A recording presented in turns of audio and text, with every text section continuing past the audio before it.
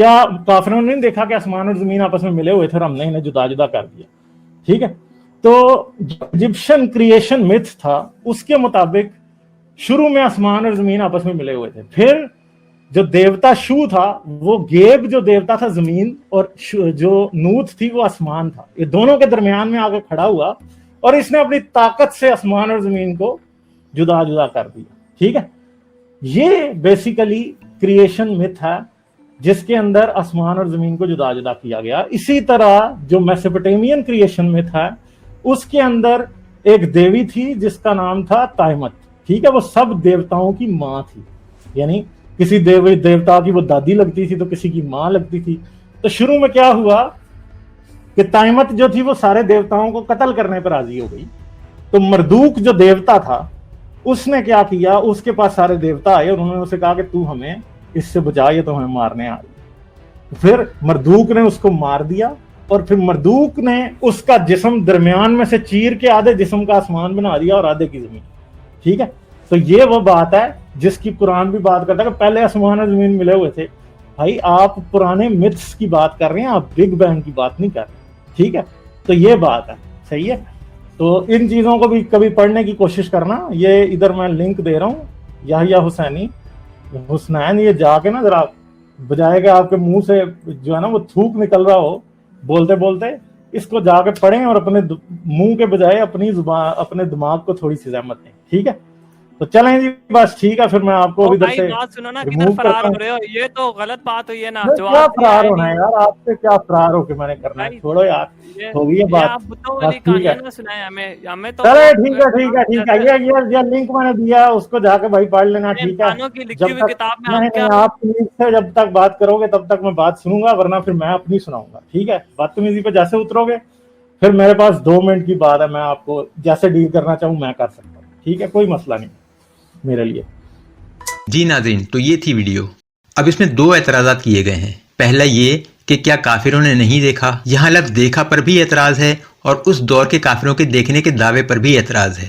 دوسرا اعتراض انہوں نے یہ کیا ہے کہ قدیم مصریوں کے دیوتاؤں سے متعلق بھی ایسی ہی کہانی رائج تھی، یعنی یہاں قرآن پر پچھلی کتابوں سے سرقے کا الزام ہے. ان دونوں اعتراضات پر آج بات ہوگی انشاءاللہ. پہلا اعتراض تو میرے نزدیک قرآن کے عربی اسلوب سے ناواقفیت کا کھلا ثبوت ہے. اس کو ذرا ایک مثال سے سمجھیں. اگر میں آپ سے کہوں کہ کیا تم نے نہیں دیکھا کہ چین نے انڈیا پر حملہ کر دیا ہے، تو آپ کیا جواب دیں گے؟ کہ نہیں، میں نے تو نہیں دیکھا، میں تو پاکستان میں تھا. آپ یقیناً یہ جواب نہیں دیں گے کیونکہ آپ ملحد نہیں ہیں. آپ کو اللہ نے الحمدللہ انسان پیدا کیا ہے، اسی مناسبت سے آپ اپنی عقل کو استعمال کرنے کی صلاحیت رکھتے ہیں، اور جو لوگ عقل استعمال نہیں کرتے وہ ملحد ہی ہو جائیں تو اچھا ہے. ہمیں بیوقوفوں کی ضرورت نہیں ہے. اب ذرا قرآن کے اس اسلوب کا جائزہ دوسری آیت سے بھی ملاحظہ فرمائیں. الم تر کیف فعل ربک باصحاب الفیل، کیا تو نے نہ دیکھا کہ تیرے رب نے ہاتھی والوں کے ساتھ کیا سلوک کیا؟ اب یہاں مخاطب کون ہے؟ ظاہر ہے یہاں اللہ کے رسول صلی اللہ علیہ وآلہ وسلم مخاطب ہیں. اب یہاں کیا یہ اعتراض بنتا ہے کہ نبی کریم صلی اللہ علیہ وآلہ وسلم تو پیدا ہی اس واقعے کے 50 روز بعد ہوئے تھے؟ یہ اعتراض کسی نے نہ کیا، یہاں تک کہ ابو جہل جسے جہالت کا باپ کہا گیا اس نے بھی نہ کیا.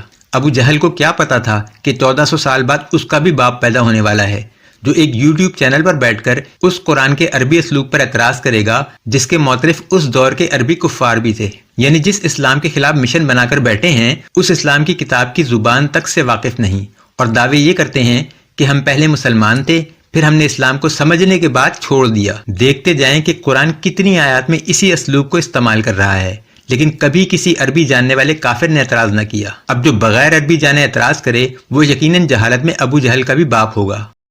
حی علی الفلاح.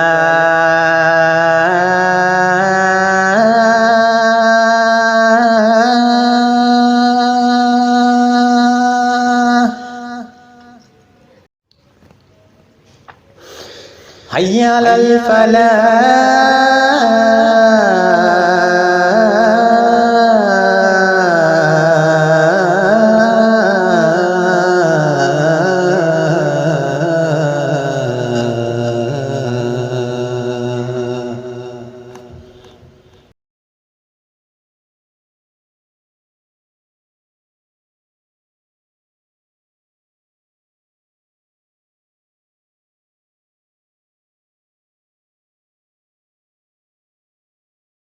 اگلے اعتراض پر چلتے ہیں. کہ اگر دیکھنے سے مراد مشاہدہ بھی لیا جائے تو اس دور کے کافروں نے تو واقعی نہیں دیکھا تھا، یہ دریافت تو پچھلی صدی کی ہے۔ اس بات کا جواب بھی میں کافی عرصہ پہلے اپنی ایک تحریر میں دے چکا ہوں کہ یہ آیات نہ صرف بگ بینگ پر دلالت کرتی ہیں بلکہ ان میں اللہ تعالیٰ کی پیش گوئی یہ بھی ہے کہ اس کا پہلا مشاہدہ کفار کریں گے، ورنہ یہاں یہ بھی کہا جا سکتا تھا کہ کیا مسلمانوں نے نہیں دیکھا یا کیا انسانوں نے نہیں دیکھا، بلکہ یہاں خصوصی طور پر کافروں کے مشاہدے کی بات کی جا رہی ہے کہ اولم یر الذین کفروا، کیا کافروں نے نہیں دیکھا۔ یہی وجہ ہے کہ اس دور کے جہلا ابو جہل اور ابو لہب نے کبھی یہ اعتراض نہ کیا کہ نہیں ہم نے تو نہیں دیکھا۔ یہ اعتراض آج 1400 سال بعد ایک جاہل کو سوجا۔ اگلا اعتراض یہ ہے کہ پچھلی کتابوں سے بھی اس کا بیان مل جاتا ہے، یقیناً ملتا ہے، لیکن سوال یہ ہے کہ ان کو بتانے والا کون تھا؟ ایک ہی اللہ ہے جس نے تمام پیغمبروں کو نازل کیا، تمام کتابیں نازل کی اور تمام پیغمبروں کو کائنات کی تخلیق کے حوالے سے ایک ہی جیسی معلومات دیں۔ بعد میں جب ان اقوام نے اپنے انبیاء کی اصل تعلیمات کو بھلا کر اپنی کتابوں میں تحریفیں کی تو بات کچھ سے کچھ ہو گئی۔ آپ دیکھ لیں کہ توریت، انجیل اور قرآن کے کتنے ہی واقعات ہیں جو آپس میں ملتے جلتے بھی ہیں لیکن فرق بھی ہے۔ ملتے اس اعتبار سے ہیں کہ ان کی بنیاد ایک ہے، اور فرق یہ ہے کہ تفصیل میں انسانی ہاتھوں کی آمیزش شامل ہو گئی۔ اس کی مثال تو آپ کو ہندوؤں کی کتابوں سے بھی مل جائے گی۔